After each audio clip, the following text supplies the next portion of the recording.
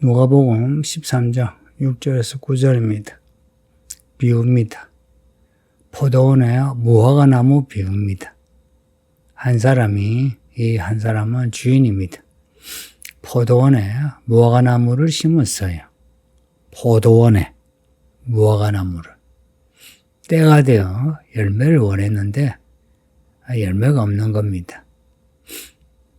이 주인이 포도원지기에게 말해요.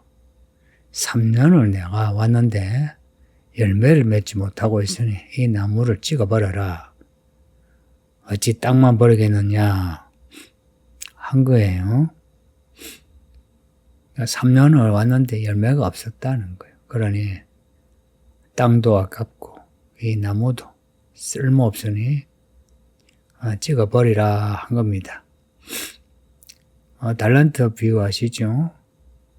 그 한 달란트 받은 사람이 달란트를 남기지 않고 한 달란트를 숨겨둔 거예요. 말하자면 열매가 없는 거예요. 그러니 책망하면서 은행에 넣고 이자라도 받지라고 했어요. 주인이 원하는 거는 이윤을 야간 열매와 이윤을 남기는 겁니다. 포도원지기가 하는 말이 주인이여 금년에도 그대로 두세요. 제가 두루 파고 거름을 잘 주겠습니다. 이후에 만일 열매가 열리면 좋겠는데 그래도 만일 열매가 없으면 그때 찍어버리세요 라고 했다는 겁니다. 이게 비유 전부입니다. 어떻게 하면 무화과나무 열매 맺을까 하는 거예요. 복음서에는 열매 없는 나무는 찍어버린다 말씀이 자주 나오거든요. 우리에게 열매를 원하신다는 거죠. 우리에게 오셨는데 열매가 없다. 이제 이걸 지적하시고 찍어버리려고 하는데 포도원지기가 걸음을 줘서 열매 맺게 하겠습니다 하는 겁니다. 이 포도원지기가 상징하는 바는 예수님 혹은 교회 목자들, 이스라엘의 선지자들이라고 볼 수 있어요. 이 주인은 아버지 하나님 혹은 또 우리를 심판하시는 예수님, 그리고 무화과나무는 이스라엘 혹은 우리들이고요. 열매 맺지 못하는 무화과나무, 복음서에 이스라엘의 모습인데 요한계시록을 보면 7교회 보내신 그 편지에 보면 책망받는 교회들 있죠. 그 교회들도 열매 맺지 못한 무화과나무다 생각하시면 돼요. 하나님이 원하시는 열매가 무슨 열매가 있을까? 우리가 여러 가지 이야기할 수 있는데 복음서에 특히 누가복음에 나오는 말씀을 참고로 해서 보면 앞에 3장에서 세례요한이 사람들에게 한 말이 있어요. 그 세례받으러 오는 사람들에게 한 말인데 회개에 합당한 열매를 맺으라 했어요. 회개하라는 거죠. 그리고 회개를 했으면 그 죄를 떠나 이제는 하나님의 말씀대로 살아라 하는 겁니다. 회개에 합당한 열매가 제일 처음 열매겠죠, 그렇죠? 회개에 합당한 열매가 없는데 그 다음 열매가 있을 수는 없죠. 성도님들 매일매일 회개하고 그 회개에 합당한 열매를 가집시다. 그리고 또 하나 열매는 달란트 비유에 나오는 그 달란트, 그 앞에서 말씀드린 그 달란트처럼 달란트를 받았으면 또 달란트를 남겨야 되는 거예요.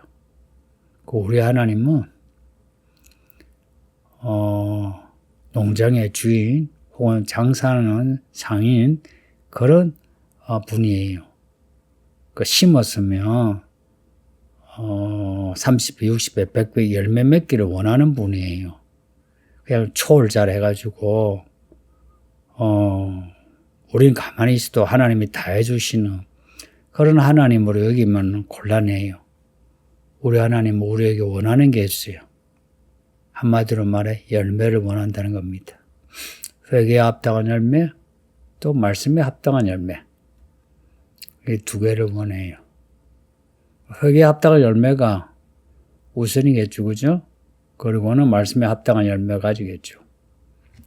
이 포도원지기가 예수님 혹은 교회 목자들이란 거는요, 예수님이 기도를 하셨잖아요.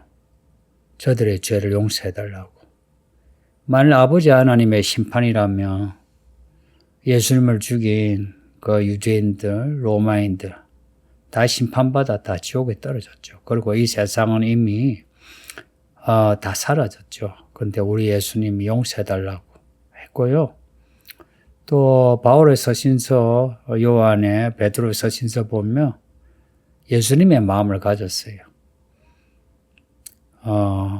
우리를 향한 하나님의 심판을 막고자, 그리고 우리가 열매 맺는 사람이 되도록 걸음을 주는 그런 말씀을 해요. 그리고 열매 맺도록 우리를 위하여 기도하고요. 저도 그래요. 나이 들면서 목회 이제 연수가 되어지면서 더 간절해지는 게 우리 성도들이 믿음이 자라 열매 맺는 그런 성도 되는 겁니다. 예전과 다른 그런 믿는 사람의 모습, 그 회개에 합당한 열매, 또 말씀, 약속의 말씀 아니에요?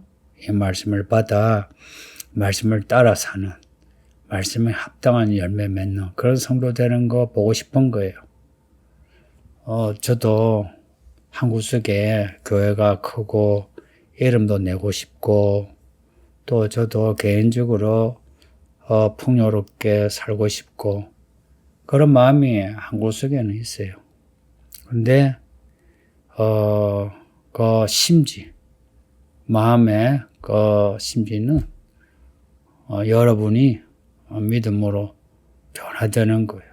그리고 이 교회도 뭐 큰 교회, 또 사람들이 알아주는 교회라기보다는 말씀에 합당한 교회 되는 거예요. 뭐 지금도 많이 부족하지만 그렇게 되어가는 중이라 여겨요.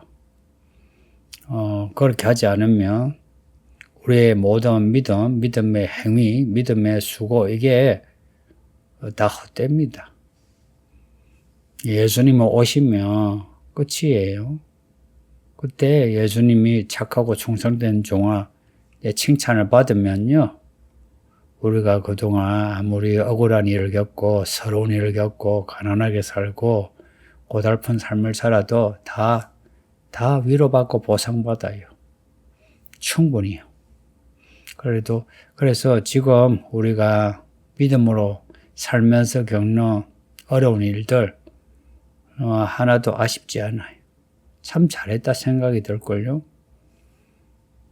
그리고 우리가 이렇게 믿음으로 사는 게 이게 우리에게 주어진 사명입니다. 주어진 사명입니다. 뭐 특별한 일을 하는 것보다 믿음으로 사는 게 우리에게 주어진 사명입니다. 가장 큰 열매예요.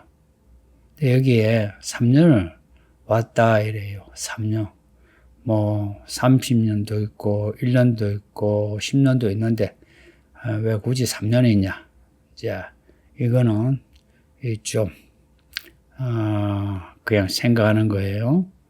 예수님이 오셔서 3년 동안 복음을 전하셨잖아요. 그렇게 열심히 복음을 전하시는데 열매가 없는 겁니다.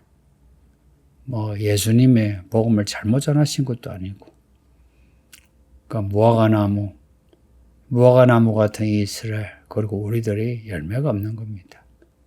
그렇게 말씀을 읽고 듣고 또 하나님 은혜로 살아왔는데, 그래서 멸망을 받아도 싼데 참아주시는 거예요.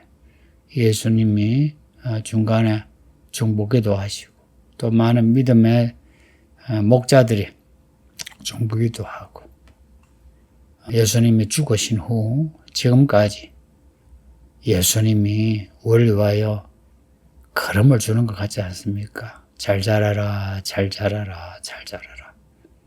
이렇게 하셨는데 우리가 열매 맺지 못하며 나중에 예수님이 오셨을 때 도끼로 찍혀 지옥에 떨어져도 합당하다 여깁니다. 그렇지 않은가요?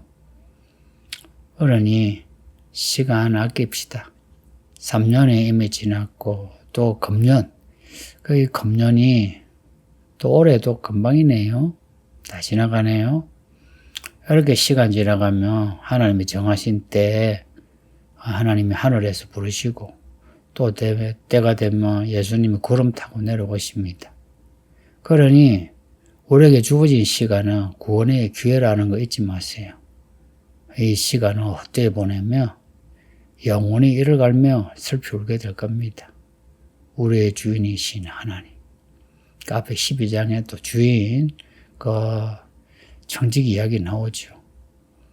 주인이신 우리 하나님이 또 우리 예수님이 우리에게 원하시는 게 뭔가 그걸 알아차리고 놀고 싶고 누리고 싶고 가지고 싶고 해도 그거 참고 주신 말씀으로 열매 맺는 성도가 되시기를 바랍니다. 아버지 하나님 감사합니다. 이 아침에도 주의 말씀을 읽게 하시고 듣게 하시니 이 말씀처럼 우리는 열매 맺지 못하는 사람 되지 않고 열매 맺는 하나님이 기뻐하시는 믿음의 사람 되게 해주소서.